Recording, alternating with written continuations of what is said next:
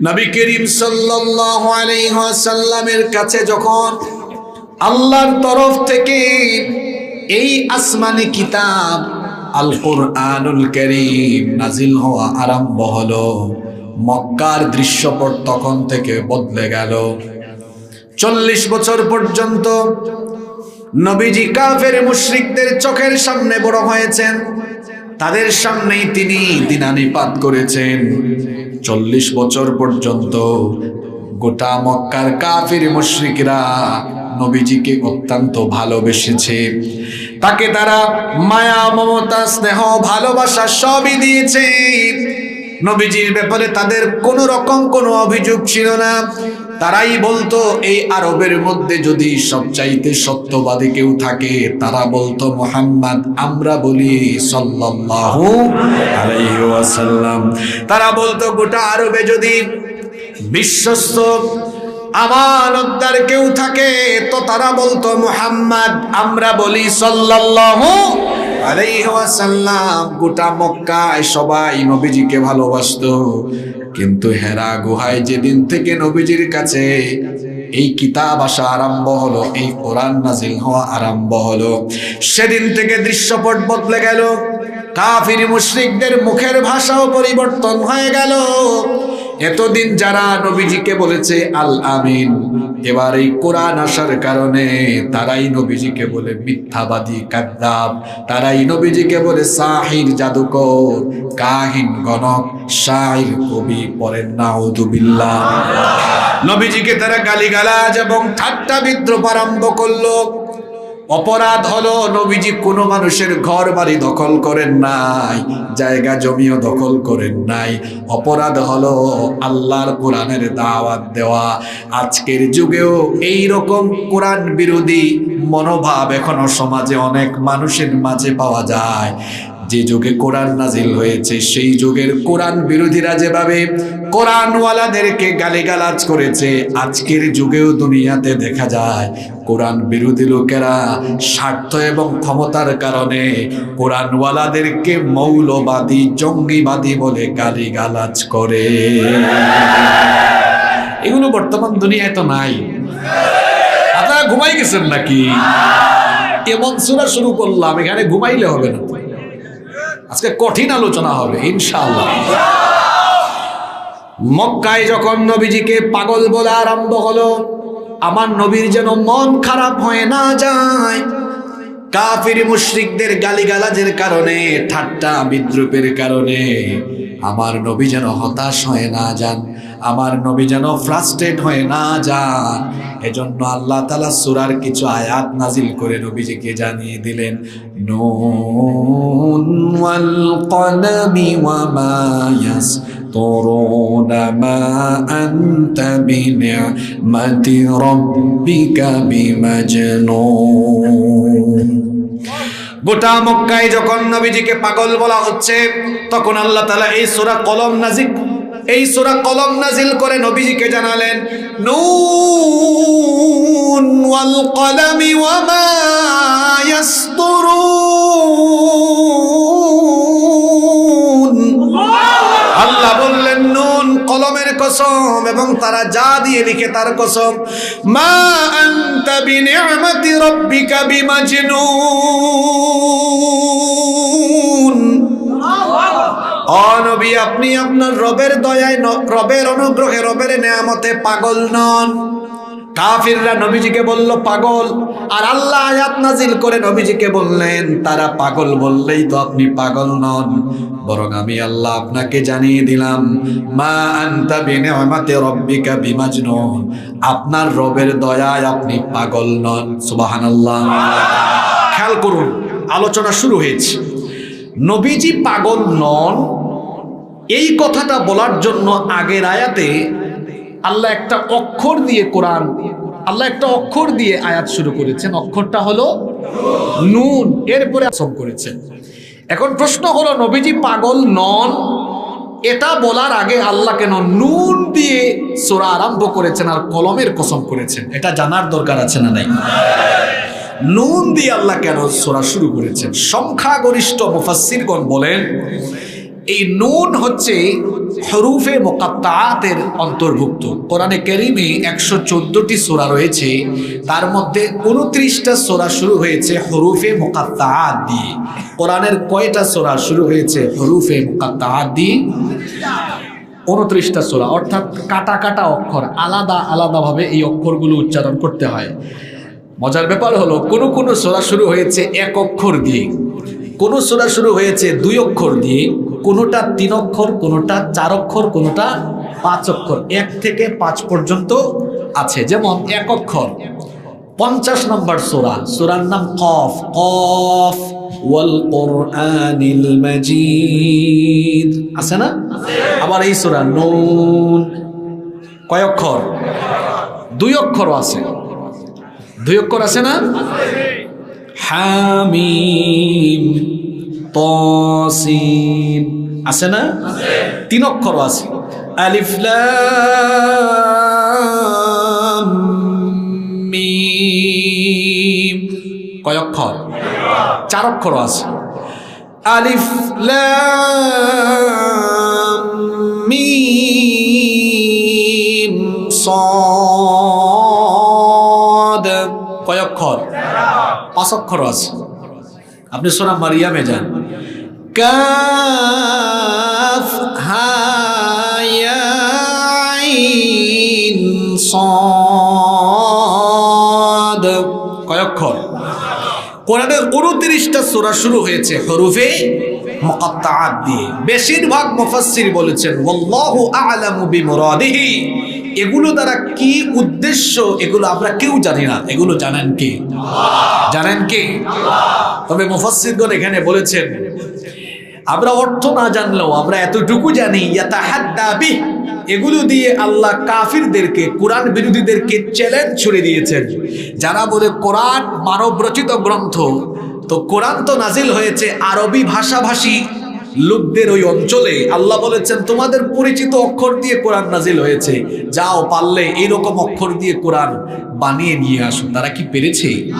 কিয়ামত পর্যন্ত কেউ পারবে? কেউ কেউ বলেছেন এটা দিয়ে চ্যালেঞ্জ ছুড়ে দেওয়া হয়েছে। আবার কোন মুফাসসির বলেছেন এখানে নুন দ্বারা অর্থ করা হয়েছে মাছ। কি অর্থ করা হয়েছে?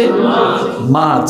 কারণ কোরআনে কারীমে একজন নবীকে বলা হয়েছে যান্নুন, যান, সবাই বলেন যান্নুন।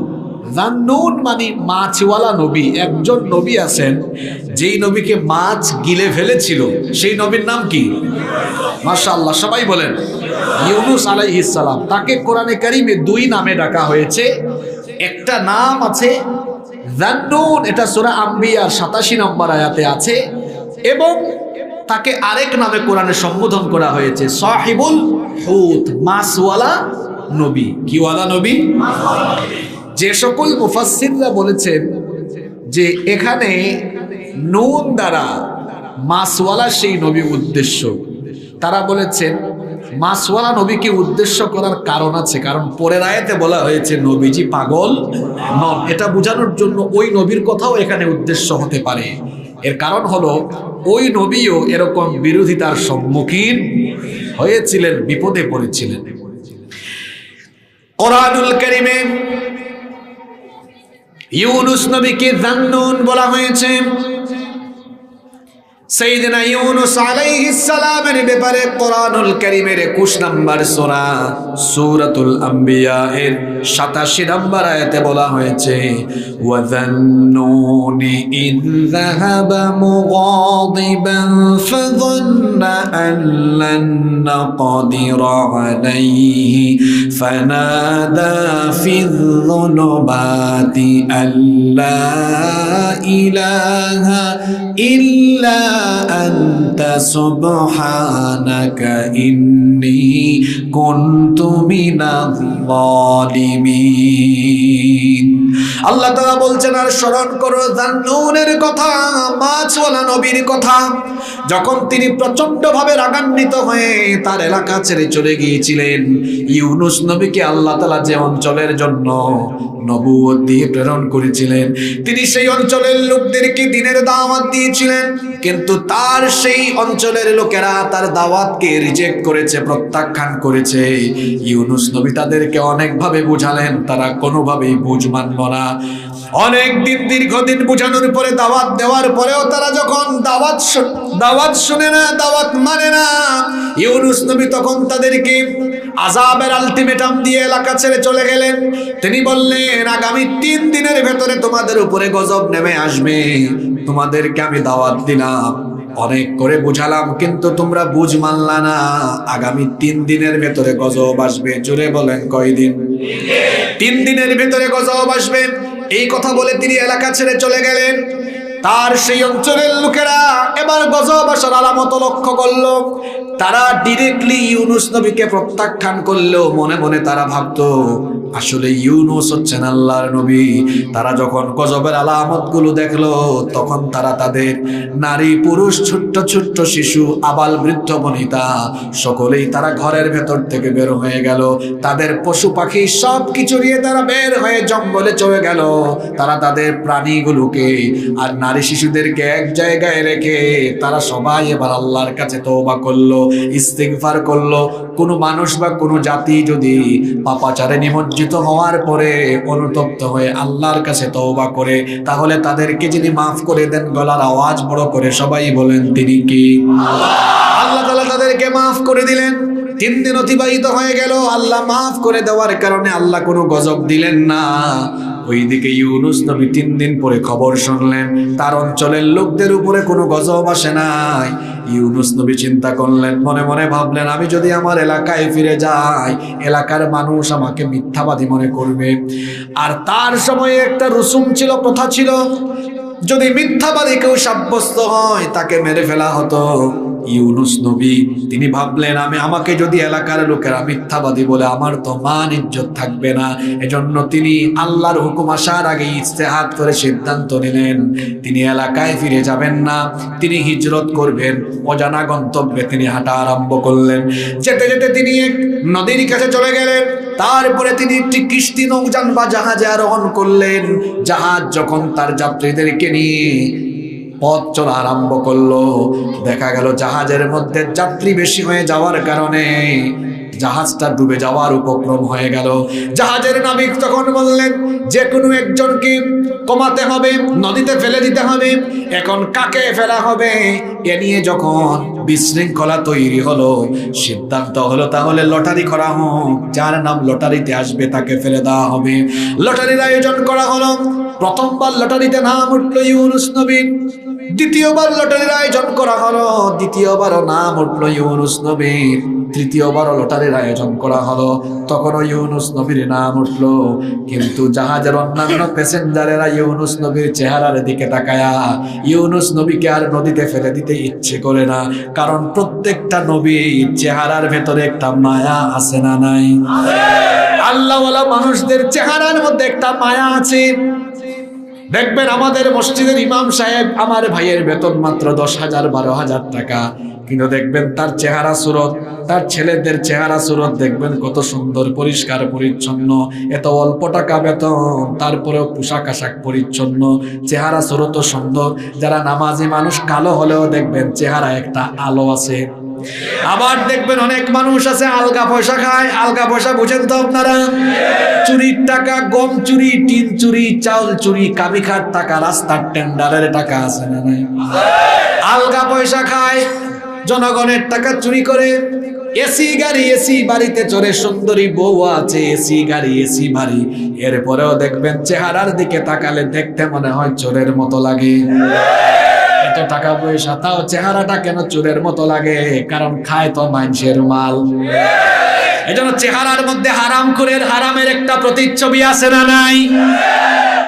ইউনুস নবীর চেহারার দিকে তাকিয়ে সবাই কিং কর্তব্য বিমূঢ় হয়ে গেল। কি করবে তারা বুঝতে পারছে না। ইউনুস নবী সেটা বুঝতে পারলেন। ইউনুস নবী বুঝার পরে বললেন তোমাদের চিন্তার কোনো কারণ নাই, পেরেশান হওয়ার কোনো কারণ নাই, যেহেতু আমার নামই বারংবার উঠেছে, আমাকে ফেলে দেওয়া লাগবে না, আমি নিজেই ঝাঁপ দিচ্ছি। ইউনুস নবী এবার ঝাঁপ দিলেন। কোন কোন রওয়ায়াতে এসেছে ত্রিবিধি অন্ধকারে তিনি নিপতিত হলেন, তিনটা অন্ধকারে পড়ে গেলেন। একটা অন্ধকার হলো রাতের অন্ধকার, 2 নম্বর অন্ধকার হলো সমুদ্র বিজ্ঞান নিয়ে যাদের পড়াশোনা আছে তারা জানে সমুদ্রের তলদেশ হলো অন্ধকার, 2 নম্বর অন্ধকার হলো সাগরের তলদেশের অন্ধকার, আর 3 নম্বর অন্ধকার হলো মাছের পেটের ভেতরের অন্ধকার। 3টি অন্ধকারে নিমজ্জিত হওয়ার পরে তিনি দেখলেন এমন এক মুসিবতে পড়েছি, এমন বিপদে আমি পড়েছি, আমি যদি এখান থেকে চিৎকারও মারি ফেনীর কোনো মানুষ কি শুনবে নাকি? দুনিয়ার কোনো মানুষ শুনবে না, নভমণ্ডল ভূমণ্ডলের কেউ শুনবে না। এজন্য এই কঠিন মুসিবতে পড়ে তিনি তখন কেবলমাত্র একজনের কাছে ফরিয়াদ জানালেন, তিনি কি? সেখান থেকেই তিনি আল্লাহর কাছে ফরিয়াদ করলেন। আমরা অনেকে এই দোয়াটাকে দোয়ায়ে ইউনুস নামে জানি, তিনি সেখান থেকেই ফরিয়াদ করলেন। কেউ চুপ থাকবেন না, সকলে আমার সঙ্গে পড়েন। ইউনুস নবী তখন বললেন, লা ইলাহা ইল্লা আনতা সুবহানাকা ইন্নী কুনতু মিনাজ যালিমিন। তুমি ছাড়া কোনো ইলাহ নাই, তুমি ছাড়া কোনো মাবুদ নাই, আমি নিজের উপরে জুলুম করে ফেলেছি, তুমি যদি আমাকে না বাঁচাও কেউ বাঁচাতে পারবে না। তিনি যখন আল্লাহকে ডাক দিলেন, আল্লাহর কাছে ফরিয়াদ করলেন, আল্লাহ তাআলা তখন বললেন, আমার ইউনুসের ফরিয়াদ নবমণ্ডল ভূমণ্ডলের কেউ না শুনলেও আমি আরশের মালিক আল্লাহ, আমি আমার নবীর ফরিয়াদ শুনেছি, সঙ্গে সঙ্গে তার ফরিয়াদের জবাবও দিয়েছি। ফাস্তাজাবনা লাহু ওয়া নাজ্জাইনাহু মিনাল গাম্মি ওয়া কাযালিকা নুনজিল মুমিনিন। আমি তার ডাকের জবাব দিলাম, তাকে তার বিপদ থেকেও বাঁচিয়ে দিলাম। ওয়া কাযালিকা, এরপরে আল্লাহ আমার আপনার আমাদের কথা বললেন, এভাবে করে যদি মুমিনরাও বিপদে পড়ে মুসিবতে পড়ে আমার কাছে তারা চায়, আমাকে যদি ডাকে, নুনজিল মুমিনিন, মুমিনদেরকেও বিপদ থেকে যিনি বাঁচিয়ে দিবেন তিনি কে? কোন মুফাসসির বলেছেন এখানে নুন দিয়ে ওই জান্নুন মাছওয়ালা নবী ইউনুস আলাইহিস সালামকে সম্বোধন করা হয়েছে। এই জন্য ইউনুস নবী যেভাবে তার উম্মত কি বলবে, তাকে নিয়ে সমালোচনা হয় কিনা, তাকে মিথ্যাবাদী বলে কিনা, এটা ভেবে তিনি যেমন দাওয়াতি ময়দান ছেড়ে চলে গিয়েছিলেন, আল্লাহ তাআলা মা আনতা বিনিআমাতি রাব্বিকা বিমাজনুন, নবী আপনি পাগল নন, এই কথা বলার আগে নুন দিয়ে কোন মুফাসসির বলেছেন ওই মাছওয়ালা নবীর কথা বুঝিয়ে আল্লাহ নবীজিকে বুঝাতে চেয়েছেন, ও নবী, ইউনুস নবীর মতো দাওয়াতি ময়দান ছেড়ে চলে যাবেন না। দাওয়াতি ময়দান ফুল বিছানো নয়। দিনের পথে দাওয়াত দিলে, দিন কায়েমের আন্দোলনের পথে থাকলে বিরোধিতা আসবে, গালিগালাজ আসবে, রক্ত দেওয়া লাগবে, জীবন দেওয়া লাগবে, শহীদ হওয়া লাগবে, তো জালিমদের রুশানলে দাওয়াতি ময়দান ছেড়ে জালিমদের ভয়ে চলে যাওয়া যাবে না। কথা কি বোঝা যায়? নুন। এরপরে আল্লাহ বললেন ওয়াল কলম, কলমের কসম। কিসের কসম? কলম। আল্লাহ তাআলা সবার আগে কলম সৃষ্টি করেছেন। জোরে বলেন, আল্লাহ সবার আগে কি সৃষ্টি করেছেন? সবার আগে আল্লাহ কলম বানিয়েছেন। বুখারী শরীফের মধ্যে হাদিস এসেছে, আল্লাহর হাবিব বলেছেন, ইন্না আউওয়ালা মা খালাকাল্লাহুল কলম, নিশ্চয়ই আল্লাহ সর্বপ্রথম কলম সৃষ্টি করেছেন। এরপরে আল্লাহ তাআলা কলমকে অর্ডার করলেন, আদেশ করলেন, উক্তুব, কলম তুমি লিখো। কলম তখন প্রশ্ন করলো, মাযা আকতুব, হে আল্লাহ আমি কি লিখব? আল্লাহ তখন কলমকে আদেশ দিলেন, উকতুব মা হুয়া কাইনুন ইলা ইয়াউমিল কিয়ামা, কিয়ামত পর্যন্ত যা যা ঘটবে সব তুমি লিখো। আল্লাহু আকবার।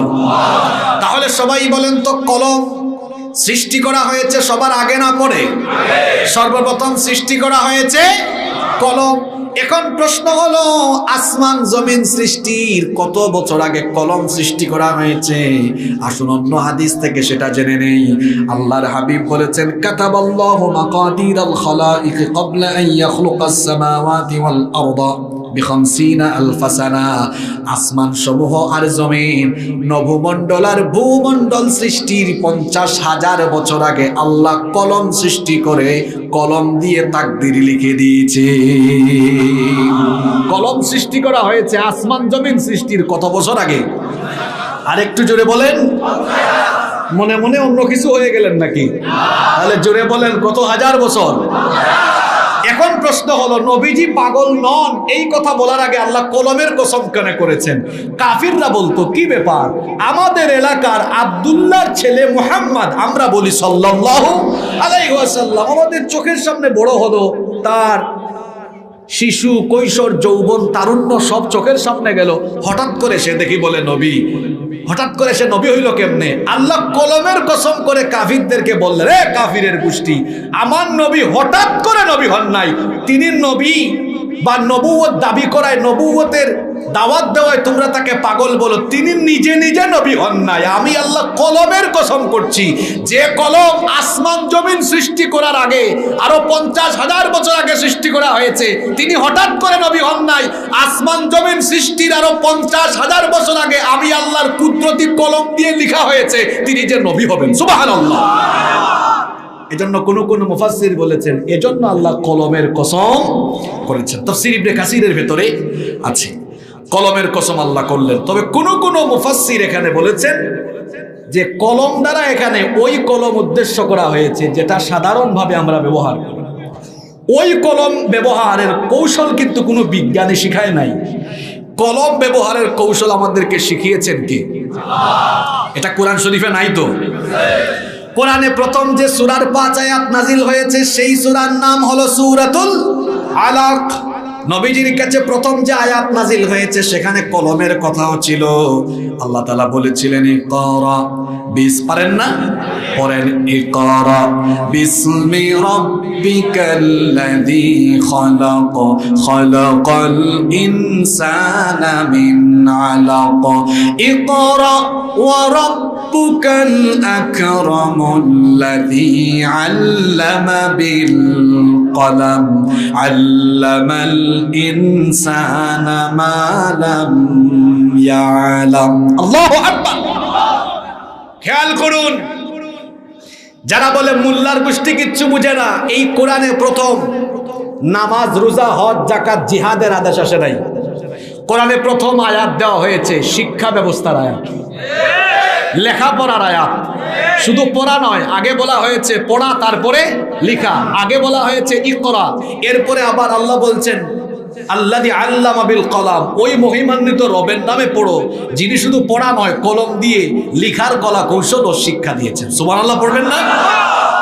খেয়াল করুন, তাহলে কোরআনের প্রথম বিধান পড়ালেখার বিধান।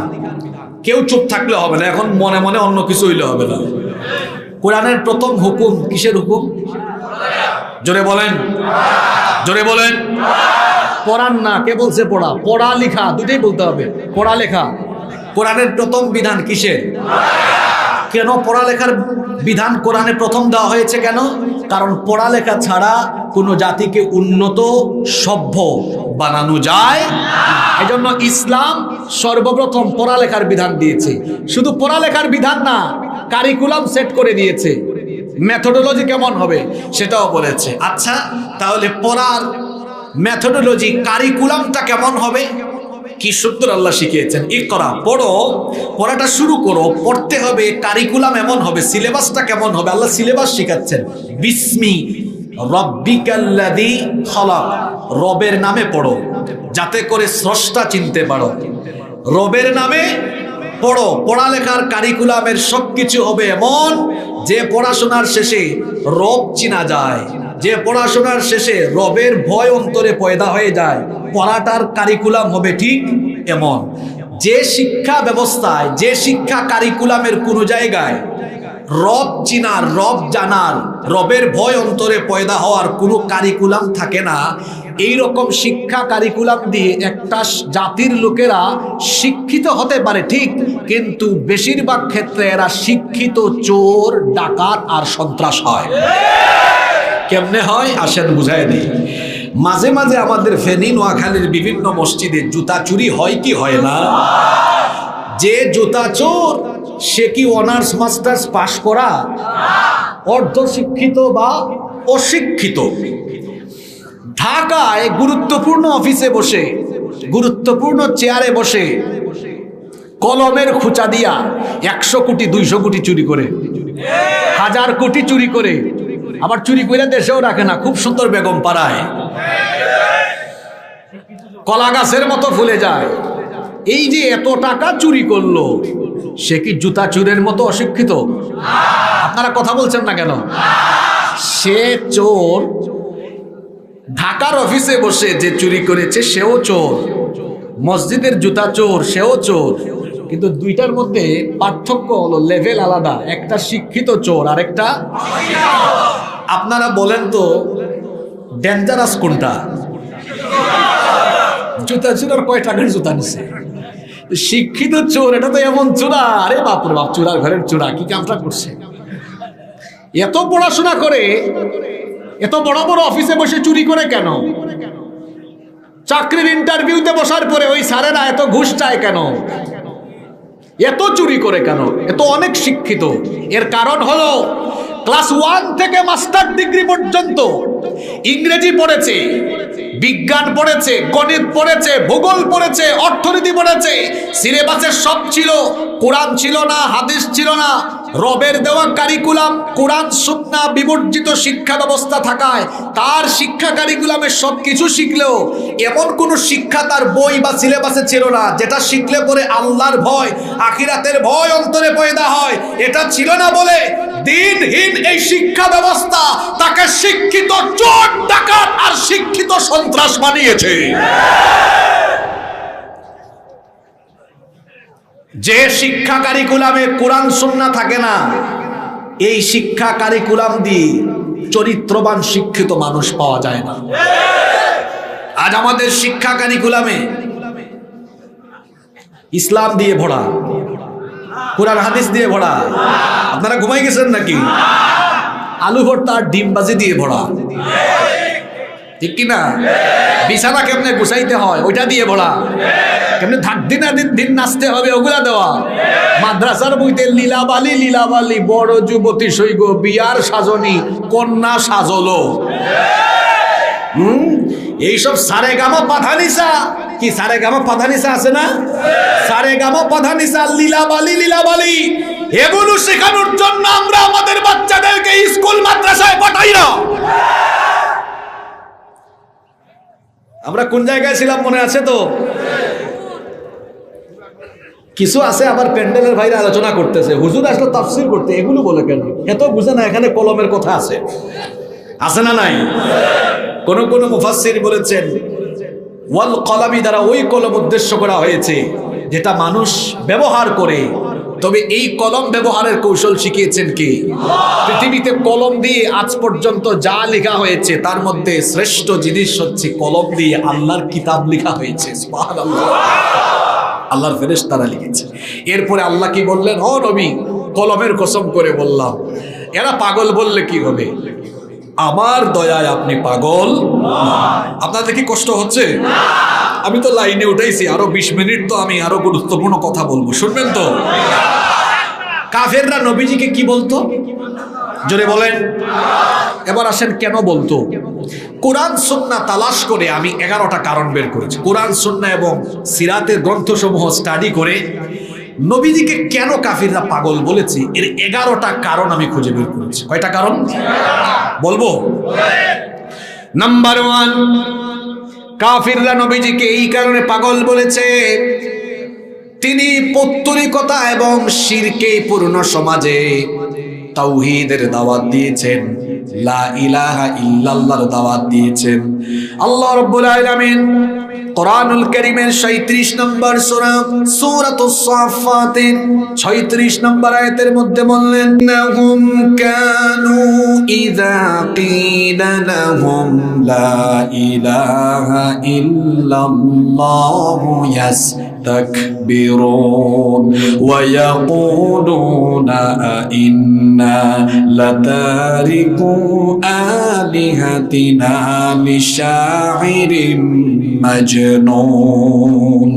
আল্লাহ তাআলা বললেন, যখন তাদেরকে বলা হলো লা ইলাহা ইল্লাল্লাহ, তোমরা যাদের সামনে মাথা ঝুঁকাও এরা তোমাদের উপাস্য নয়, বরং উপাস্য হলেন একজন। গলার আওয়াজ বড় করে সবাই বলেন তিনি কে? নবীজি যখন বললেন লা ইলাহা ইল্লাল্লাহ, তখন কাফেররা কি করেছে? আল্লাহ বলছেন ইস্তাকবিরুন, অহংকার করেছে। এবং তারা আরো বলেছে ওয়া ইয়াকুলুনা ইন্না লাতারিকু আলিহাতিনা লিশাইরিন মাজনুন। তারা বলেছে আমরা কি এই পাগল কবির কথাই কি আমরা আমাদের উপাস্যদেরকে মূর্তিদেরকে ছেড়ে দিব নাকি? তাহলে নবীজি বলেছেন লা ইলাহা ইল্লাল্লাহ, তার বিনিময়ে তার পরিবর্তে কাফিররা তাকে কি বলেছে? পাগল বলেছে। তাওহীদের দাওয়াত দেওয়ার অপরাধে তাকে নবীজিকে কাফিররা পাগল বলেছে। 2 নম্বর, নবীজি যখন বললেন আমি নবী, আমি রাসূল, আমাকে আল্লাহ নবী বানিয়ে রাসূল বানিয়ে তোমাদের কাছে পাঠিয়েছেন, এই কথা শোনা মাত্রই তারা তেলে বেগুনে জ্বলে উঠলো এবং নবীজিকে পাগল বলল। দলিল কোথায় শুনেন? কোরআনুল কারীমের 44 নম্বর সূরা সূরাতুদ দুখানের 13 এবং 14 নম্বর আয়াতে আল্লাহ বলছেন আন্না লাহুমুয যিকরা ওয়া ক্বাদ জাআহুম রাসূলুম মুবিন সুম্মা তাওয়াল্লাউ আনহু ওয়া ক্বালু মুআল্লামুম মাজনুন।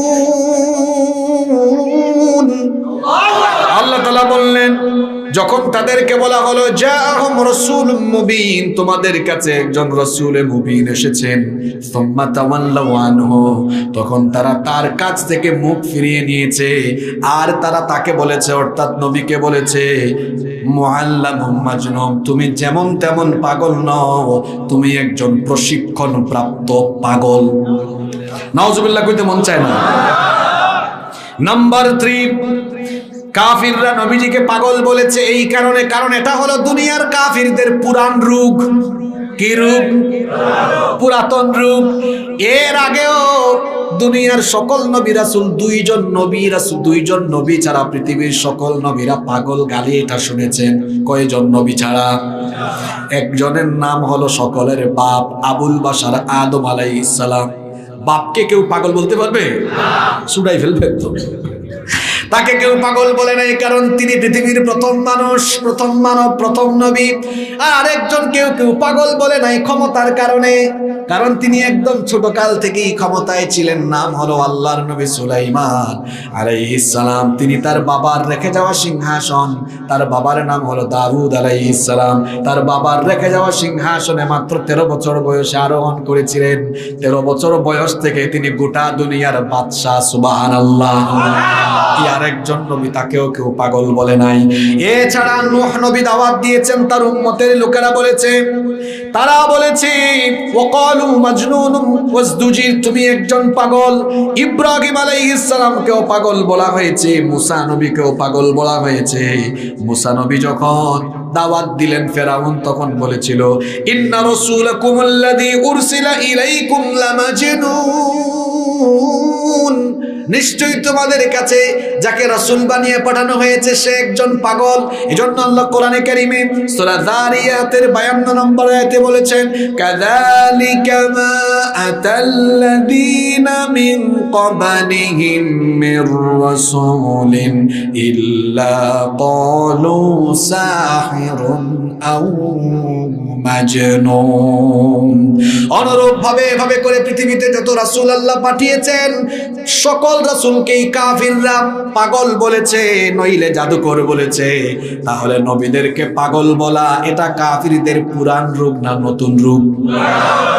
পুরাতন রোগের চিকিৎসা সহজ না কঠিন? কঠিন। একটা রোগ নতুন হয়েছে, ডাক্তারের কাছে গেলে চিকিৎসা করে ফেলবে সহজে, কিন্তু রোগ বাসা বেঁধে গেলে জটিল হয়ে যাবে চিকিৎসা করা। এখনো দেখবেন এখনকার সমাজে নবী রাসূল তো আর আসবেন না। ইন্নাল উলামা ওয়ারাসাতুল আম্বিয়া, উলামায়ে কেরাম হলেন নবীগণের ওয়ারিস। আলেম উলামা নবীগণের ওয়ারিসদেরকে এখনো দেখবেন কোরআন বিরোধী কাফের মুশরিকদের উত্তরসূরিরা এখনো দেখবেন মৌলবাদী, জঙ্গিবাদী এবং দেশদ্রোহী, রাষ্ট্রদ্রোহীর মতো গালিগালাজ করে। কারণ এটা তাদের নতুন রূপ না, এটা তাদের বাপ দাদা থেকে পাওয়া রূপ। এটা বংশগত রূপ, এটা ফেরাউনের রূপ, এটা নমরুদীয় রূপ, এটা তাদের বাপ দাদার 14 গোষ্ঠী থেকে বংশীয় সূত্রে তারা পেয়েছে। এরা ফেরাউন আর নমরুদের রুহানি বংশের সন্তান। রুহানি সন্তান দেখেন না, আমার দেশে দাজ্জালের রুহানি সন্তানরা ক্লাস 9 এর ইতিহাস সামাজিক বিজ্ঞান বই থেকে মানচিত্রে ইসরায়েলের নাম রেখে ফিলিস্তিনের নাম বাদ দিয়েছে। আর আমি বলেছিলাম এই বইগুলো যারা লিখেছে এরা বালেগও হয় না, নাবালেগ। কেন নাবালেগ বলেছে? আপনারা বইটা হাতে নিয়ে দেখবেন, লেবানন, সিরিয়া, মিশর, এই দেশগুলোর নাম পাশে দেখবেন। বর্তমানে যেখানে গাজ্জা অবস্থিত, আপনারা গাজা বলেন, আরবিতে উচ্চারণ হলো গাজ্জা। যেখানে গাজ্জা অবস্থিত সেখানে লিখে দিয়েছে গাম্বিয়া। গাম্বিয়া হলো আফ্রিকার দেশ। মানচিত্রের মধ্যে আফ্রিকার দেশ এনে লাগাই দিছে এখানে। এই জন্য বলেছি এরা এখনো বালেগ হয় নাই। কই বোতল খাইয়া যে এই ম্যাপ বানাইছে তারাই জানে। আমরা দায়িত্বশীল মহলকে বলবো এই নাবালেগ গুলোকে দায়িত্ব থেকে অব্যাহতি দেন। পারলে দেশের আলেমুল আমাদেরকে কারিকুলামের দায়িত্ব দেন। 5 বছরের মধ্যে যাবে এদেশের কোনো মানুষ দেখবেন আর বিরোধিতা করবে না, কারণ এদেশের মানুষরা আলেমদেরকে সামনেও সম্মান করে, পিছনেও সম্মান করে। আমার দেশে কিছু মানুষ আছে, মানুষ একটু বিপদের কারণে সামনে পাইলে সালাম দেয়, পেছনে গিয়ে স্যান্ডেল হাতে নিয়ে কয় যদি সুযোগ পাইতাম তোর গাল ফাটাই ফেলতাম। আলেমদেরকে মানুষ সামনেও সম্মান করে, পিছনেও। আলেমদের সমাবেশগুলোতে, কোরআনের সমাবেশ, সেখানে তো মানুষ আলেমদের জন্য আসে না, আসে কোরআনের জন্য। এই যে সমাবেশে মানুষ আসে, মাহফিলে আসে, কাউরে পয়সা দেওয়া লাগে না, টাকা দেওয়া লাগে না। আর কোথাও কোথাও জনপ্রতি টি শার্ট, মহিলাদেরকে জনপ্রতি শাড়ি, ওড়না, জিলাপি, বিরিয়ানি, খিচুড়ি, টাকা পয়সা দিয়াও আইনা বেশিক্ষণ রাখাও যায় না। কত মুসিবত। আবার হাজির করলেও দেখা যায় একটাই আরেকটারে চেয়ার দিয়ে মাথা ফাটায় ফেলে। কিন্তু কোরআনের মাহফিলে পুলিশ নাই, র‍্যাব নাই, মানুষ আসে, মানুষ চলে যায়। এটা কোরআনের সৌন্দর্য। এই জন্যই কোরআন বিরোধীরা কোরআনের মাহফিলে বাধা দেয়। কষ্ট হচ্ছে নাকি আপনাদের? কাফিররা নবীজিকে পাগল বলতো কয় কারণে? ভুলে গেছেন নাকি? নাকি মনে মনে অন্য কিছু? কয়টা? 11টা। বলছি কয়টা? এখনো যারা আলেমুল আমাদেরকে গালিগালাজ করে, এটা তাদের নতুন রূপ না পুরান রূপ? এটা তাদের বাপ দাদা নমরুদ ফেরাউনের রুহানি রোগে তাদেরকে ধরছে। এই রোগের চিকিৎসা আছে। এই রোগের চিকিৎসা নাই কে বলেছে?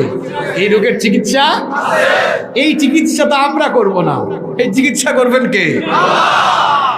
নমরুদ আর ফেরাউনের রুহানি সন্তানরা যারা আলেমুল আমাদের, যারা নবী রাসূলদের উত্তরসূরিদের সাথে বেয়াদবি করতেছো, আল্লাহ চিকিৎসা কইরা নমরুদ ফেরাউনে যেভাবে শেষ করছেন, সাইজ করছেন, আল্লাহ তোমাদের চিকিৎসা যখন আরম্ভ করবেন, আশেপাশে তোমাদের কোনো বাপ তোমাদেরকে রক্ষা করতে পারবে না। ধ্বংসের অতল গহ্বরে নিপতিত হয়ে যাওয়া লাগবে। ফেরাউনকে তার কোন বাপ বাঁচিয়েছে? নমরুদকে তার কোন বাপ বাঁচাইছে? ফেরাউন যখন মারা যায় ঘুমন্ত না জাগ্রত? একা ছিল না, আশেপাশে মানুষ ছিল, জাগ্রত ছিল, আশেপাশে মানুষও ছিল। এই জন্যই বলেছি কোনো বাপ বাঁচাতে পারবে না। ফেরাউনও তো তার সঙ্গী সাথীরা বাঁচাতে পারে নাই। সময় যখন আসবে কোনো বাপ বাঁচাতে পারবে না, কোনো নেতা খেতা বাঁচাতে পারবে না, কেউ বাঁচাতে পারবে না। রক্ষাকর্তা একজন, তিনি কে? কয়টা কারণ বলেছি? 4 নম্বর, নবীজিকে কাফিররা পাগল বলতো আরো একটা কারণে। ওহী যখন নবীজির উপরে নাজিল হতো তখন নবীজির মধ্যে পরিবর্তন দেখা যেত। এখানে কওমি এবং আলিয়া মাদ্রাসার ছাত্ররা আছে, তারা জানে, তারা এগুলো পড়েছে। নবীজির উপরে ওহী অনেকগুলো তরিকায় নাজিল হতো, ঘন্টা ধনেনি নাই। কখনো জিবরিলের সরাসরি আগমন হতো, কখনো মানুষের সুরতে আসতেন, কখনো পর্দার আড়াল থেকে, আবার কখনো কখনো মানুষের সুরত ধরে, আবার কখনো কখনো মৌমাছির গুঞ্জনের মতো আওয়াজ ধ্বনিত হতো। এইরকম বিভিন্ন তরিকায় নবীজির উপরে যিনি ওহী নাজিল করতেন তিনি কি? ওহী যখন নবীজির উপরে নাজিল হতো কনকনে ঠান্ডার দিনে, কনকনে ঠান্ডার রাতেও নবীজির শরীর থেকে ঘাম বের হতো, কারণ ওহীর একটা ভার আছে না নাই? ইন্না সানুলকি আলাইকা কওলান সাকিলা, একটা ভার তো অবশ্যই আছে।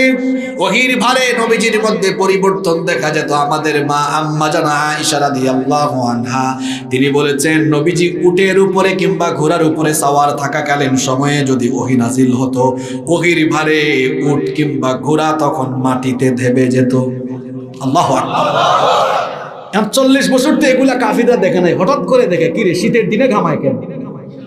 আমরা শীতে কাচুমাচু করি, আর সে দেখি শীতের দিনে ঘামায়। আবার দেখি ঘোড়া শুদ্ধ মাটিতে, উঠছ। কাফিররা কয় দেখছো আব্দুল্লাহর ছেলে মুহাম্মদ, আমরা বলি সাল্লাল্লাহু পাগল হয়ে গেছে। এটাও আরো একটা কারণ।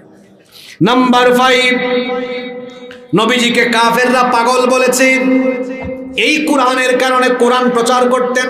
দলিল কোথায়? আল্লাহ সূরা হিজরের মধ্যে বলেছেন 6 নম্বর আয়াত, ওয়াকালু ইয়া আইয়ুহাল্লাযী নুজ্জিলা আলাইহিয যিকরু ইন্নাকা লামাজনুন। তারা বলতো, হে ওই ব্যক্তি যার উপরে এই জিকির তথা কোরআন নাজিল হচ্ছে, নিশ্চয়ই তুমি একজন পাগল। নাউজুবিল্লাহ। কোরআনের কারণে তারা নবীজিকে পাগল বলতো।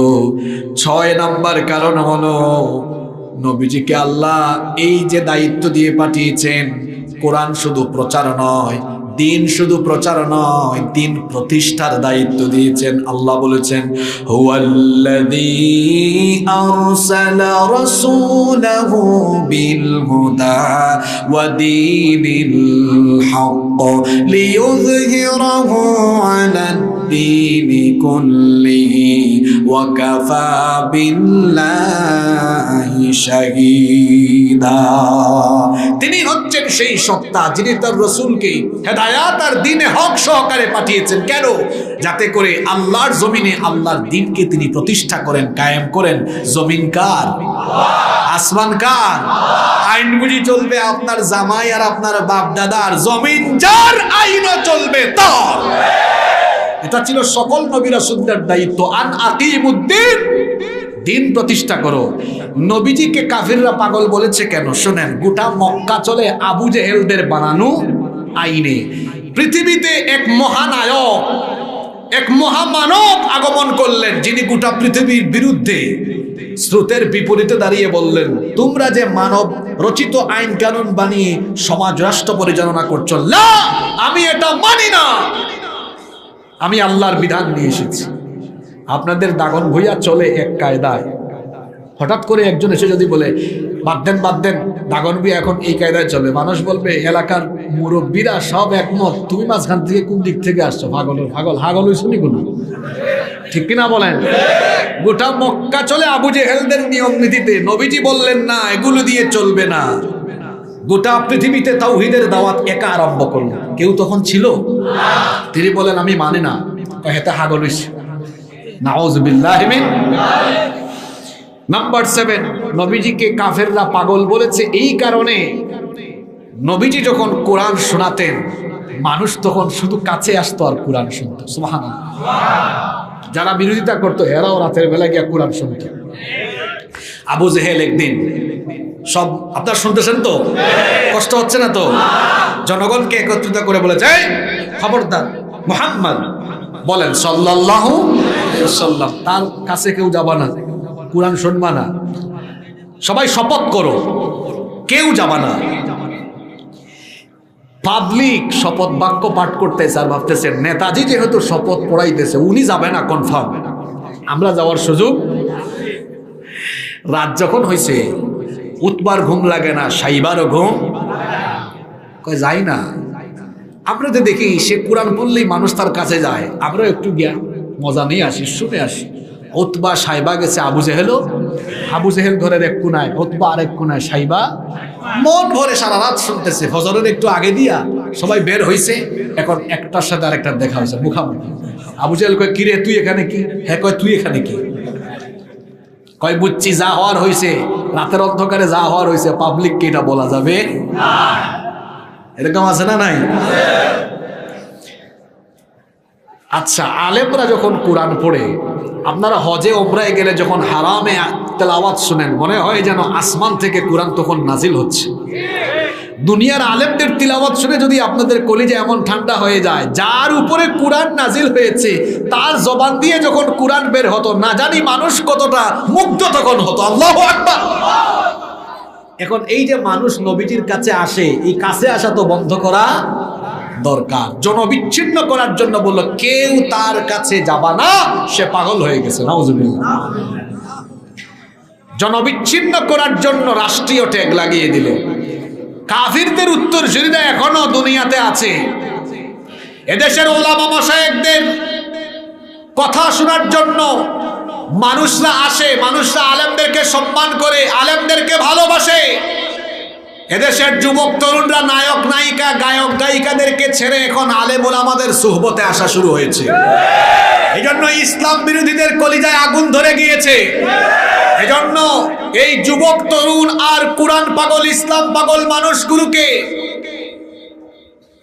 আলেম ওলামা থেকে বিচ্ছিন্ন করে দেওয়ার জন্য আর আলেমদেরকে জনবিচ্ছিন্ন করে দেওয়ার জন্য কুরআন বিরোধীরা আলেমদেরকে নানা ধরনের ট্যাগ, চারিত্রিক অপবাদ লাগিয়েছে। চারিত্রিক অপবাদ দিয়ে অনেককে দুনিয়া থেকেও বিদায় করা হয়েছে। কিন্তু দেখা গিয়েছে আলেম উলামাদের নামে যতই বাজে বাজে অপবাদ দেওয়া হয়েছে, আলেমদের প্রতি জনগণের ভালোবাসা আরো বেড়েছে। এদেশের আলেম উলামাদেরকে যারা জনগণ থেকে বিচ্ছিন্ন করতে চাইবে, তারা নিজেরাই জনগণ থেকে বিচ্ছিন্ন হয়ে যাবে। এর নজির দেখা যাচ্ছে। দুর্যোগপূর্ণ আবহাওয়া, সব ভেঙে ভেঙে বলা যাবে না। জনবিচ্ছিন্ন যে হয়েছে সেটা কিছুদিন আগেও দেখা গেছে। নাম্বার 8, হাসছেন কেন আপনারা? আমার কথা হলো বুঝানো, আপনি বুঝে গেলে বুঝছে। সব বলা লাগবে, সব বলার দরকার। জনবিচ্ছিন্ন হয়েছে এটার প্রমাণ আপনি বুঝবেন। দেখবেন কিছু কিছু মানুষ ক্ষমতা নাই, হাটে সামনে পিছে মানুষ আছে। আর কিছু মানুষ আছে ক্ষমতা আছে, সামনে পিছে মানুষ নাই, খালি কুত্তা আছে। যারা আলেমদেরকে জনবিচ্ছিন্ন করতে চাইবে তারা নিজেরাই জনগণ থেকে বিচ্ছিন্ন হয়ে যাবে। কষ্ট হয়, খারাপ লাগে। কয়টা বলেছি? 7টা। 7টা কয়টা? খাই আসছেন নি আপনারা? অসুবিধা নাই, গিয়া খাবেন ইনশাআল্লাহ। 8 নম্বর, নবীজিকে পাগল তারা এই কারণে বলতো, নবীজি তাদের প্রস্তাব ফিরিয়ে দিয়েছেন। কি ফিরিয়ে দিয়েছেন?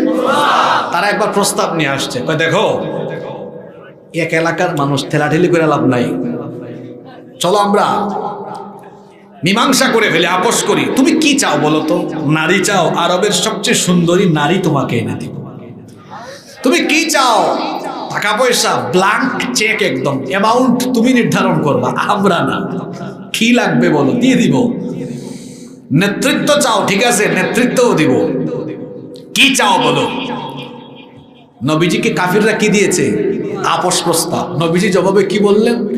নবীজি বললেন, তোমরা আমাকে টাকা দিতে চেয়েছো, পয়সা দিতে চেয়েছো, নারী দিতে চেয়েছো, ক্ষমতা দিতে চেয়েছো, এগুলো তোমাদের জন্য দেওয়া সম্ভব। কিন্তু যেটা অসম্ভব সেটা হলো তোমরা আসমানের সূর্যকে আমার ডান হাতে এনে দেওয়া সম্ভব না? অসম্ভব।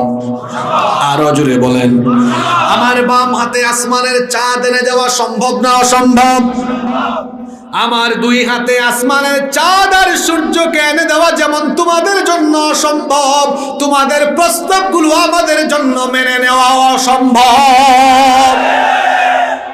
যখন মানল না, নির্যাতন নিপীড়ন আরম্ভ হয়েছে। নবী রাসূলগণের পথ অনুসরণ করে এমনও কিছু দাঈ ইলাল্লাহ দুনিয়া থেকে বিদায় হয়েছেন এবং এখনো নির্মম নিপীড়নে আছেন, যাদেরকে তলে তলে আপোষ দেওয়া হয়েছে। আপোষ না মানার কারণে জালেমরা তাদের উপরে হিংস্র হায়নার মতো ঝাঁপিয়ে পড়েছে। হক্কানি উলামায়ে কেরাম কখনো জালিমদের সাথে আপোষ করে না। প্রয়োজনে তার রক্ত জীবন দিয়ে শাহাদাতের ঈদগাহে শামিল হবে। জালিমদের সামনে মাথা নত করে আপোষ করে, মাথা নত করে দিবে না। তবে আমরা কাউকে কাউকে দেখেছি আপোষ করতে। যারা আপোষ করেছেন, জাতি তাদেরকে জাতীয় গাদ্দার আর মুনাফিক হিসাবে চিহ্নিত করে রাখবে। মনে রাখবেন, সত্যের পথে কোনো আপোষ হয় না। নবী রাসূল কোন আপোষ করেছেন? নবীর কাছে তো আসছে, কি চাও? নারী চাও, ক্ষমতা চাও, টাকা পয়সা দাও, সব দিব। নবীজি বলেছেন, সব ছুঁড়ে ফেলে দিলাম, আল্লাহর দ্বীনের পথ থেকে আমাকে বিচ্যুত করতে পারবা না। আল্লাহু আকবার। নাম্বার 9, নবীজিকে কাফেররা পাগল বলতো এই কারণে, নবীজি এবং তার সাথী সাহাবীরা যারা ঈমান আনে, এরা সবাই এই ঈমান নামক সম্পদের কারণে জীবন দিতে চায়, ঈমান হারাতে চায় না। কই কি, এরা তো আসলেই পাগল হয়ে গেছে, এত মারি, এত নির্যাতন করি, কিন্তু তাও এই পথ থেকে ফিরে আসে না। ঈমানদাররা তো এমনই হবে, তারা ঈমানের কারণে সব কিছু হারাবে, কিন্তু ঈমান হারাতে পারবে। নাম্বার 10 নম্বর হলো, নবীজি তার সাথীদেরকে নিয়ে দিন কায়েমের পথে আগাচ্ছেন, কিন্তু যারা সাথে আছে প্রাথমিক পর্যায়ে সবাই ধনী না গরিব? জোরে বলেন। আর আবু জেহেলদের সাথে যারা আছে তাদের ধন সম্পদ বেশি না কম? আবু জেহেলদের গোষ্ঠী করে দেখছো, এদের টাকা পয়সা নাই, হেরা নাকি আমাদের বিরুদ্ধে লড়বে, এতে সবগুলো হেরা পাগল হইছে। কি হয়েছে? 10 নম্বর। 11 নম্বর কারণ হলো, এত জুলুম নির্যাতনের পরেও তারা ইস্পাত দৃঢ় কঠিন নিয়েছিলেন। মক্কার 13টা বছর ছিল নির্যাতনের সময়, ঠিক কিনা বলেন? আপনাদের কি মনে হয় এত সুন্দর পরিবেশে বসে আমরা এখন কথা বলতে পারছি? ইসলাম আজকের দুনিয়ায় এই অবস্থায় এসেছে ত্যাগ তিতিক্ষা ছাড়া? ত্যাগ তিতিক্ষা ছাড়া। আমার নবী তার শরীরের পবিত্র রক্ত দিয়েছেন, তার দন্তান মুবারক শহীদ হয়েছে, তার সাহাবীরা রক্ত দিয়েছেন, জীবন দিয়েছেন, রক্ত মাখা রক্ত পিচ্ছিল পথের উপর দিয়ে, শহীদদের রক্তের উপর দিয়ে ইসলাম প্রতিষ্ঠিত হয়েছে। আমরা ইসলামের এই বিজয় পেতে চাইলে, ইসলামের বিজয় চাইলে রক্ত লাগবে, জীবন লাগবে। দ্বীনের জন্য জীবন বিলিয়ে দেওয়া দিন পাগল কিছু মানুষ লাগবে। আল্লাহর দ্বীনকে আল্লাহর জমিনে কায়েম করার জন্য এই রকম দিন পাগল মানুষ হতে আমরা কারা কারা রাজি আছি? দুহাত তুলে আল্লাহকে দেখায়।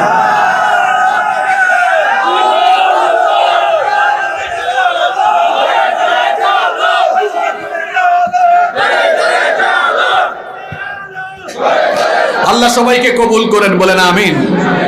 আমি তো এত লম্বা সময় কখনো নেই না, আজকে একটু বেশি লম্বা হয়ে গেছে। তবে আমি এখন 10 থেকে 12 মিনিট যদি আপনাদের থেকে সময় চাই, বেশি হবে না, 10 থেকে সর্বোচ্চ 12, এই সময়টা দিতে পারবেন সবাই? কথায় আছে, শেষ ভালো যার। আমাদেরকে তো একটা ফিনিশিং দিয়ে সবক নিয়ে বাড়ি যাওয়া লাগবে। নবীজিকে কাফেররা পাগল বলল, আর আল্লাহ নবীজিকে আয়াত নাজিল করে সান্ত্বনা দিলেন, মা আনতা বিনিআমাতি রাব্বিকা বিমাজনুন।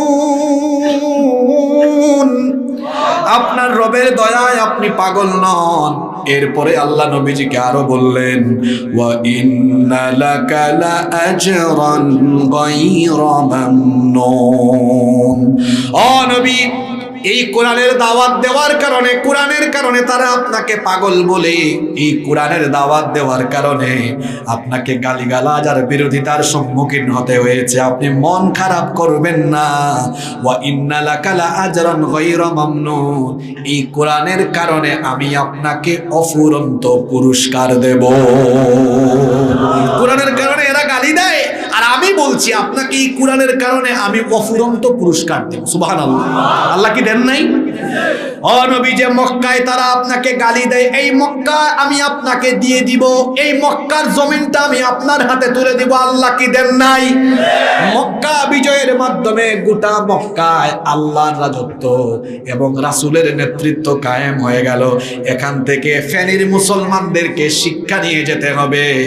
আজকেও আপনি দুনিয়ার জমিনে, যে জমিনে আপনি আবুল তাবুল গালি শুনছেন, নির্যাতিত হচ্ছেন, আগামীর ওই জমিনটাতেই দেখবেন আল্লাহর হুকুমত আর আল্লাহর রাসূলের নেতৃত্বের অনুসারীদের নেতৃত্ব কায়েম হবে ইনশাআল্লাহ। কারণ এই ওয়াদাটা আমার নয়, মোল্লার নয়, ওয়াদাটা যিনি করেছেন তিনি কে? শুধু দুনিয়াতে আল্লাহ পুরস্কার নবীজিকে দিবেন তা নয়, আল্লাহ নবীজিকে বললেন, ও নবী, আমি তো আপনাকে এর জন্য কাউসারের মালিকও বানিয়ে দিব। সুবহানাল্লাহ। আখিরাতে কিয়ামতে আমি আপনাকে মাকামে মাহমুদ দিব। তারা আপনাকে পাগল বলে, কিন্তু আমি আপনাকে বলছি ওয়া ইন্না লাকালা আজরান গায়রা মামনুন। এই কোরআনের কারণে আমি আপনাকে দুনিয়ায় পুরস্কার দিব, আখিরাতেও পুরস্কার দিবেন কে? আল্লাহ। এরপরে আল্লাহ বললেন, ও নবী, তারা আপনার চরিত্রের সার্টিফিকেট দিয়েছে, আপনি নাকি পাগল। তাদের দেওয়া সার্টিফিকেট দিয়ে আপনার কিছু যায় আসে না। আপনি কোরআনের দাওয়াত দেন বলে তারা চরিত্রের সার্টিফিকেট দিয়েছে পাগল, আর আমি আল্লাহ আপনাকে সার্টিফিকেট দিলাম ওয়া ইন্নাকা লাআলা খুলুকিন আযীম। এই একটা প্রায় শুনেন, কিন্তু কোন পরিস্থিতিতে নাজিল হয়েছে অনেকে এটা জানেন? নবীজিকে যখন কাফিররা পাগলের সার্টিফিকেট দিয়েছে, আল্লাহ সূরা নাজিল করে আল্লাহ নবীজিকে চরিত্রের সার্টিফিকেট দিয়ে বলেছেন ওয়া ইন্নাকা লাআলা খুলুকিন আযীম, নিশ্চয়ই আপনি এক পুত পবিত্র মহান আদর্শের উপরে প্রতিষ্ঠিত। সুবহানাল্লাহ। কি রকম আদর্শ আল্লাহর নবীর? একজন বউ তার স্বামীকে ভালোবাসা দিতে পারে, কেয়ারিং করতে পারে। একজন বিবি তার স্বামীকে সম্মান করতে পারে, সেবা করতে পারে, কিন্তু স্বামীর উপরে ঈমান আনা এটা কিন্তু সোজা কথা।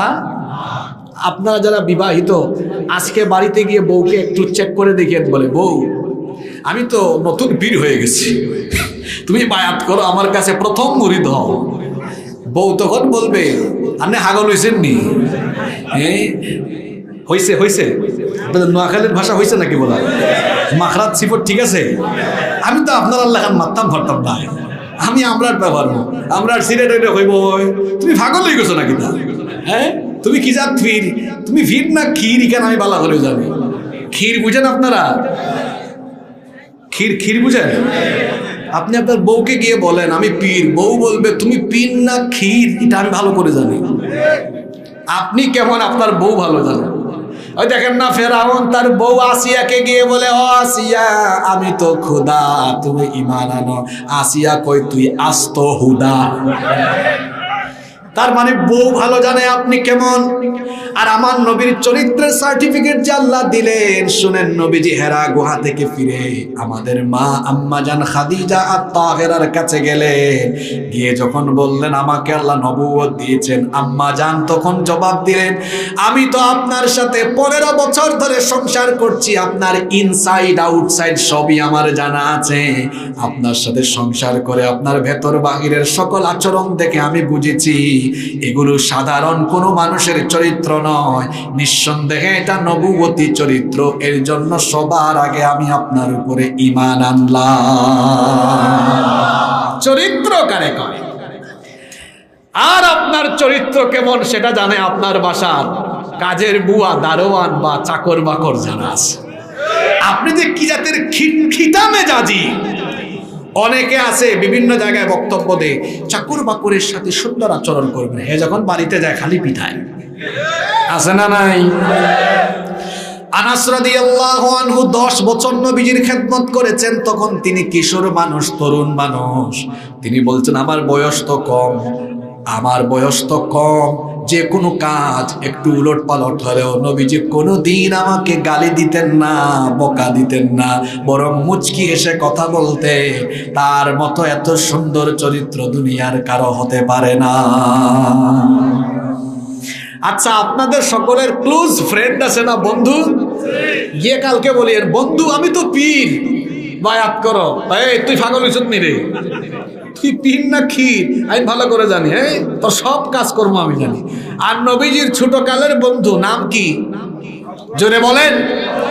আবু বকর রাদিয়াল্লাহু আনহু, তাকে গিয়ে নবীজি যখন দাওয়াত দিলেন, তিনি বললেন প্রিয়তম বন্ধু আমার, আমি আপনাকে ভালো করে চিনি, জানি আপনার এত সুন্দর চরিত্র, এগুলো তো সাধারণ মানুষের চরিত্র নয়। আপনার এই সুন্দর চরিত্র প্রমাণ করে এগুলো নবুয়তি চরিত্র।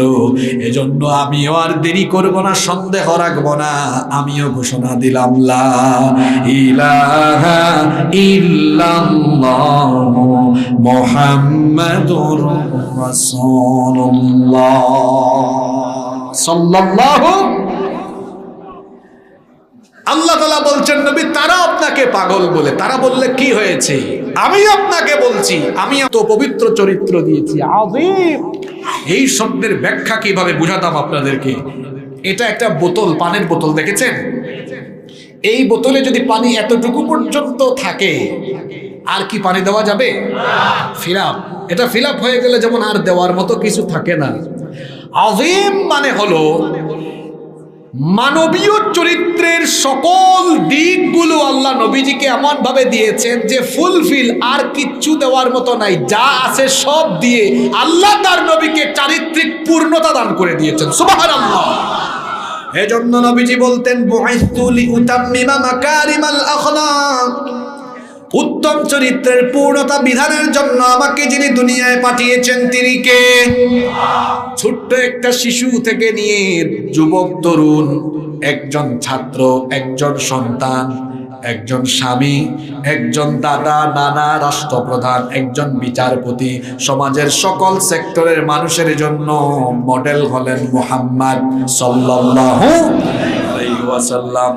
এরপরে নবীজি পরবর্তী আয়াতগুলোতে বললেন, আমি কিন্তু 12 মিনিট বলছি, 12 মিনিটে আপনাদেরকে কষ্ট দিব না, কারণ মূল কথাগুলো রয়ে গেছে, শুনবেন তো?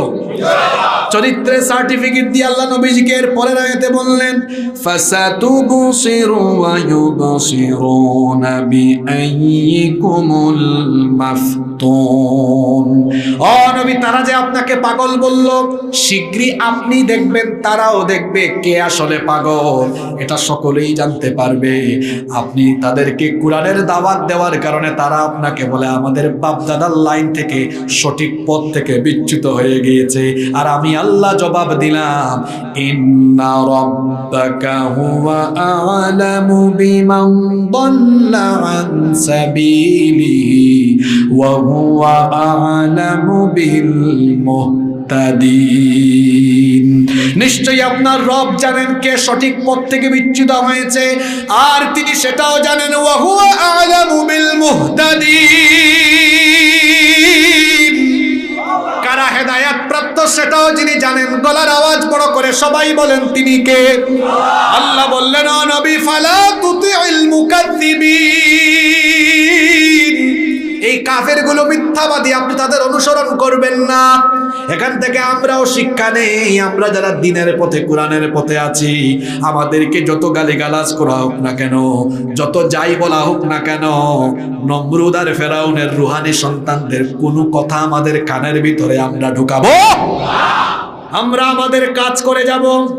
আল্লাহ তাআলা আরো বললেন, ওয়াদ্দু লাউ তুদহিনু ফায়ুদহিনুন, তারা আশা করে বসে আছে আপনি তাদের সাথে আপোষ করবেন, আশা করে বসে আছে আপনি যাবেন, আপোষ করবেন।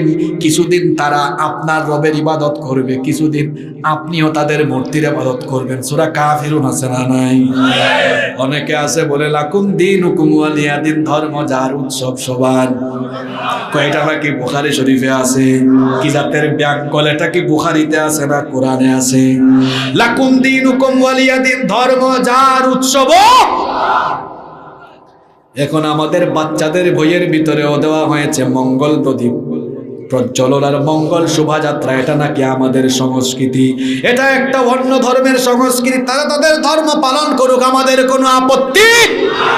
আমাদের এই দেশে সম্প্রীতি আছে, রোজা পূজা একসাথে হয়, কিন্তু ঠেলাঠেলি হয় না, কারণ ইসলাম আমাদেরকে শিখিয়েছে অন্য কোনো ধর্মের কোনো কাজে বাধা দেওয়া যাবে না, অন্য ধর্মের উপাস্যদেরকে, দেবতাদেরকেও গালি দেওয়া যাবে না। এই জন্য অন্য কোনো ধর্মের ভাই বোনদের সাথে আমাদের কোনো দুশ্মনী বা বিদ্বেষ নাই। তাদের ধর্ম তারা পালন করুক, আমাদের কোনো আপত্তি নাই, কিন্তু অন্য ধর্মের কোনো সংস্কৃতিকে আমাদের জন্য চাপিয়ে দেওয়া, এটা হলো এক ধরনের অনধিকার চর্চা। এটাকে আমরা বরদাস্ত করব। আল্লাহ বললেন, ওয়াদ্দু লাউ তুদহিনু ফায়ুদহিনুন, নবী তারা আশা করে আছে আপনি গিয়ে আপোষ করবেন।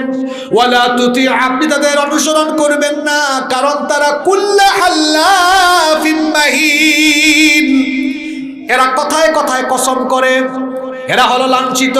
হাম্মাজিম মাশশাইম বিনামিম, এরা পিছনে নিন্দা করে, চুগলখুরি করে। এই আয়াতগুলোতে আল্লাহ কুরআন বিরোধী, ইসলাম বিরোধী মানুষের চরিত্র তুলে ধরেছেন। আল্লাহ বলছেন, ও নবী, যে কাফির মুশরিকরা আপনাকে গালিগালাজ করে আপনার দাওয়াতে বাধা দেয়, এদের চরিত্র হলো, এরা হলো চুগলখুর। আজকের সমাজেও কোরআনের আয়াতটা মিলায়া দেখেন, যারা ইসলামী আন্দোলন, কোরআনের আন্দোলনের বিরোধিতা করে, প্রত্যেকেই ব্যক্তিগত জীবনে এক একটা চুগলখুর, মিথ্যাবাদী, প্রতারক। এরপরে আল্লাহ আরো বলছেন, ও নবী, আপনাদের কষ্ট হয় না তো?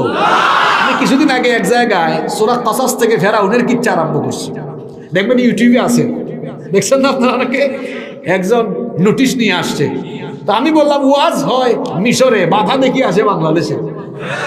কি ফেরাউনের কথা? ফেরাউন কোন দেশে ছিল? ওয়াজ হয় ফেরাউনের, টাইনা নিয়ে আসছে বাংলাদেশে। এরকম মানুষ আছে না নাই?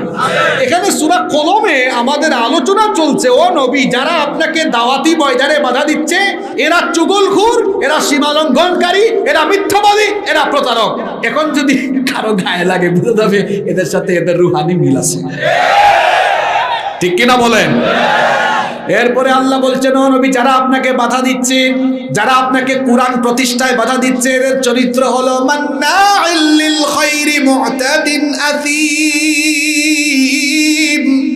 মান্নাইল লিল খায়র, এরা ভালো কাজে বাধা দানকারী, যেখানে ভালো কাজ সেখানে বাধা দেয়। দেখেন, কুরআন বিরোধীদের চরিত্র আল্লাহ তুলে ধরেছেন, এরা ভালো কাজে বাধা দেয়, খারাপ কাজে বাধা দেয় না। দেখবেন এমন স্বভাবের মানুষ এখনো দুনিয়ায় আছে, কুরআনের মাহফিলে কুরআনের আলোচনা হবে, অনেক জায়গায় বাধা দেয়। কিন্তু আমাদের মমতা জাপার গানে, আরাউল বাউলদের গানে কোনো বাধা। আপনি বন্ধ করার জিনিস পান না, কুরআনের মাহফিল বন্ধ করেন। কুরআনের মাহফিল বন্ধ করার দায়িত্ব দেশে আপনাকে কেউ দেয় নাই। বন্ধ করতে মন চাইলে আপনি জুয়া বন্ধ করেন, মাদক বন্ধ করেন, যৌতুক বন্ধ করেন, যাত্রাপালা বন্ধ করেন, অশ্লীল কাজ বন্ধ করেন। বন্ধ করার জিনিস পান না। চেহারা সুরতে মানুষের জাত, চেহারা সুরত সুন্দর সুন্দর সুন্দর পোশাক পরে, কিন্তু তলে তলে ইবলিসের রক্ত তার শরীরে প্রবাহমান। এরকম মানুষ আছে না নাই? আল্লাহ বলছেন, ও নবী, যারা আপনাকে বাধা দিচ্ছে, এই যে ভালো কাজে বাধা দানকারী, আমি আল্লাহ এদের পরিচয় তুলে ধরছি, এরা হলো মু'তাদিন আথীম। আমার কথা যদি মিথ্যা হয়, বাড়িতে গিয়া সূরা কলমের 1 থেকে 16 নম্বর আয়াত পর্যন্ত বাংলা অনুবাদ করবেন, অনুবাদগুলো পড়বেন, দেখবেন হুজুর যা বলেছে সত্য না মিথ্যা মিলায়া দিবেন। আল্লাহ বলছেন, নবী, এদের চরিত্র হলো মু'তাদিন আথীম, এরা হলো সীমালঙ্ঘনকারী, অপরাধী। এদের পরিচয় হলো, যারা আপনাকে কোরআনের কাজে, দ্বীনের কাজে, দ্বীন প্রতিষ্ঠার কাজে বাধা দিচ্ছে, এদের পরিচয় হলো, বলবো, আল্লাহ জানিম শব্দ ব্যবহার করলেন। আরবি অভিধান খুলে দেখবেন, জারদ সন্তানকে বলা হয় জানিম।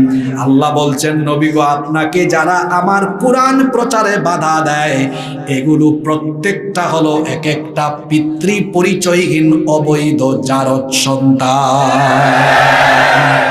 কোরআনের কাজে, নবীওয়ালা কাজে যারা বাধা দেয়, এরা যেন তাদের মা বাপকে গিয়ে জিজ্ঞেস করে, আমার জন্ম ঠিকঠাক হয়েছিল কিনা, না ঝামেলা আছে। কারণ এটা মোল্লার কথা নয়, কথাটা কার? তা আমার সাথে আপনি ঠেলাঠেলি কইরেন না। আপনি গিয়ে নিজের মা বাপকে জিজ্ঞেস করেন, আমি কেবল কোরআনের কথাগুলো, আমি একজন ক্যানভাসার, আমি কেবলমাত্র আল্লাহর কথাগুলো মানুষকে শোনাচ্ছি। আল্লাহ আমার উপর দয়া করেছেন, আল্লাহ দয়া করে আল্লাহর কথাগুলো আমার জবান দিয়ে বলাচ্ছেন, কিন্তু আল্লাহর কসম, একটা কথাও আমার নয়, কথাগুলো কার? আল্লাহ বলছেন, ও নবী, কেন তারা আপনাকে বাধা দেয়, কেন তারা আপনাকে পাগল বলে, কেন তারা আপনার দাওয়াতি পথে বাধা দিচ্ছে? এর কারণটা হলো, শুনেন, আনকানা দামানি ওয়া বানিন, কারণ তাদের সম্পদ বেশি, সন্তানও বেশি, সাঙ্গপাঙ্গ বেশি। কি সুন্দর দেখেন, কথাগুলো মিলে যায়। আল্লাহ বললেন, যাদের পয়সা বেশি, সাঙ্গপাঙ্গ বেশি, পয়সার গরমে আর সাঙ্গপাঙ্গর গরমে তারা আপনাকে বাধা দেয়। ও নবী, আপনি ভীত বিহ্বল হবেন না। আপনি যখন কোরআন প্রচার করেন, তারা আপনাকে বলে, ইদা তুতলা আলাইহি আয়াতুনা ক্বালা আসাতিরুল আউয়ালিন। যখন আপনি তাদেরকে কোরআন শোনান তখন তারা বলে এগুলা কিচ্ছা কাহিনী, পূর্ববর্তী যুগের কিচ্ছা কাহিনী। এই ফেনীর ভিতরেও এমন মানুষ আছে ওয়াজ মাহফিলে হুজুররা কোরআন থেকে কথা বললে রাস্তায় দাঁড়ায় কয় কি এর ওয়াজ, এগুলো কিচ্ছা। আরে আল্লাহ এদের কথা কোরআনে বলেছেন। ও নবী, যাদের কাছে কোরআনের দাওয়াত ভালো লাগে না, আপনি আয়াত শুনান, তারা বলে এগুলো আমাদের জন্য, এগুলো পূর্ববর্তী কিচ্ছা কাহিনী। আল্লাহ 1 থেকে 15 নম্বর আয়াত পর্যন্ত কাফিরদের কর্মকাণ্ড তুলে ধরে আর নবীজিকে সান্ত্বনা দিয়ে এবার আল্লাহ সর্বশেষ 16 নম্বর আয়াত, মানে এই সূরার শেষ আয়াত না, এখানে যে আলোচনাটা শেষ হচ্ছে 16 নম্বর আয়াতে আল্লাহ এবার এই মানুষগুলোর জন্য ডিসিশন কি, আল্লাহর সিদ্ধান্ত কি, সেটা আল্লাহ শোনালেন। আল্লাহ তাআলা বললেন, নবী গো, আপনার জন্য চিন্তার কারণ নাই। সানাসিমুহু আলাল খুরতুম, আমি তাদের নাকের উপরে দাগ দিব। এটা একটা রূপক কথা। এর উদ্দেশ্য হলো আমি তাদেরকে চূড়ান্ত শাস্তির সম্মুখীন। সূরা কলমের 16টা আয়াতের তাফসীর আমরা দীর্ঘ সময় ধরে শুনলাম। এখান থেকে কি শিক্ষা নিয়ে আমরা বাড়ি যাব সেটাই হলো মূল বিষয়। প্রথম শিক্ষা হলো দাওয়াতি ময়দানটা প্রতিবন্ধকতার ময়দান। এই ময়দানে বাধা বিপত্তি আসলেও আল্লাহ তাআলা যে সান্ত্বনা দিয়েছেন সেই সান্ত্বনায় থাকতে হবে, কারণ এই পথে যারা থাকবে শেষ পর্যন্ত তারাই বিজয়ী হবে। তারা দুনিয়াতেও সফল, আখিরাতেও। দলিল কোথায়? আল্লাহ এখানে বলেছেন ওয়া ইন্না লাকা লাআজরান গায়রা মামনুন। সূরা দুহায় আল্লাহ বলেছেন ওয়ালাল আখিরাতু খায়রুল লাকা মিনাল উলা। আপনার জন্য এই প্রাথমিক জীবনের চেয়ে পরবর্তী জীবন, কোন মুফাসসির অর্থ করেছেন দুনিয়ার চেয়ে আখিরাত উত্তম হবে। তাহলে এই আলোচনা থেকে আমরা আজকে যে বিষয়টা নিয়ে যাব, পরিস্থিতি বড় জটিল। গোটা দুনিয়াতে মুসলমানরা এক চরম সংকটাপন্ন মুহূর্ত অতিবাহিত করছে। এই সংকটাপন্ন মুহূর্তে ভীতবিহ্বল হওয়া যাবে না। রাত 11টা হয়ে গেল বলে সকাল হওয়ার সম্ভাবনা এখন কি বাড়লো না কমলো? কথা বুঝেন নাই? সকাল হওয়ার সময় এগিয়ে আসলো না পিছিয়ে গেল? যত রাত বাড়বে, রাতের অন্ধকার বাড়বে, সকাল হওয়ার সম্ভাবনা ততই বাড়বে। গোটা পৃথিবীতে আজ ফিলিস্তিন সহ, ফিলিস্তিনে কি অবস্থা, পার্শ্ববর্তী দেশে আমাদের বাবরি মসজিদ ভেঙে রাম মন্দির নির্মাণ করা হয়েছে। গোটা দুনিয়ায় নমরুদ আর ফেরাউনের রুহানি সন্তানরা যেন গোটা পৃথিবীকে কারবালার ময়দানে পরিণত করতে চাইছে। এজন্য ভীতবিহ্বল হয়ে গেলে চলবে না। অন্ধকারের পরে যেমন আলো আছে, ইসলামের এই যে দুর্দিন এসেছে, এই দুর্দিনের পরে সুদিন আসবে। গর্ভবতী মায়ের প্রসব বেদনা বাড়লে সন্তান হওয়ার সম্ভাবনা যেমন বাড়ে, আজকে গোটা দুনিয়ায় উলামা মাশায়েখ ইসলামপন্থীদের উপরে যে সংকট নেমে এসেছে, খুব শীঘ্রই এই সংকট কেটে যাবে। ইসলামের আলো উদিত হবে, ইসলাম কায়েম হবেই হবে ইনশাআল্লাহ। আগামীর পৃথিবী ইমাম মাহদী আলাইহিস সালামের পৃথিবীকে নেতৃত্ব দেওয়ার জন্য শেষ জামানায় কিয়ামতের আগে ইমাম মাহদী আসবেন। তামাম দুনিয়ায় ইসলামের পতাকা উড্ডীয়মান হবে, ইসলাম বিজয়ী হবেই হবে ইনশাআল্লাহ। আমাদের হারানোর ভয় আছে তাদের, যাদের আখিরাত নাই, যাদের ঈমান নাই, আল্লাহর ভয় নাই, রাসূলের আনুগত্য নাই, হারানোর ভয় আছে ওদের। ঈমানদারদের হারানোর কোনো ভয় নাই, কারণ ঈমানদাররা এই ঈমানের বিনিময়ে যদি তার জীবনও হারিয়ে ফেলে তাও অসুবিধা নাই। তার জীবনের বিনিময়ে তার জন্য জান্নাত রেখে দিয়েছেন কি আল্লাহর পথে যারা জীবন দিল তাদেরকে মৃত বলো না। কোরআনের পথে যারা শহীদ হলো তাদেরকে মৃত বলো না।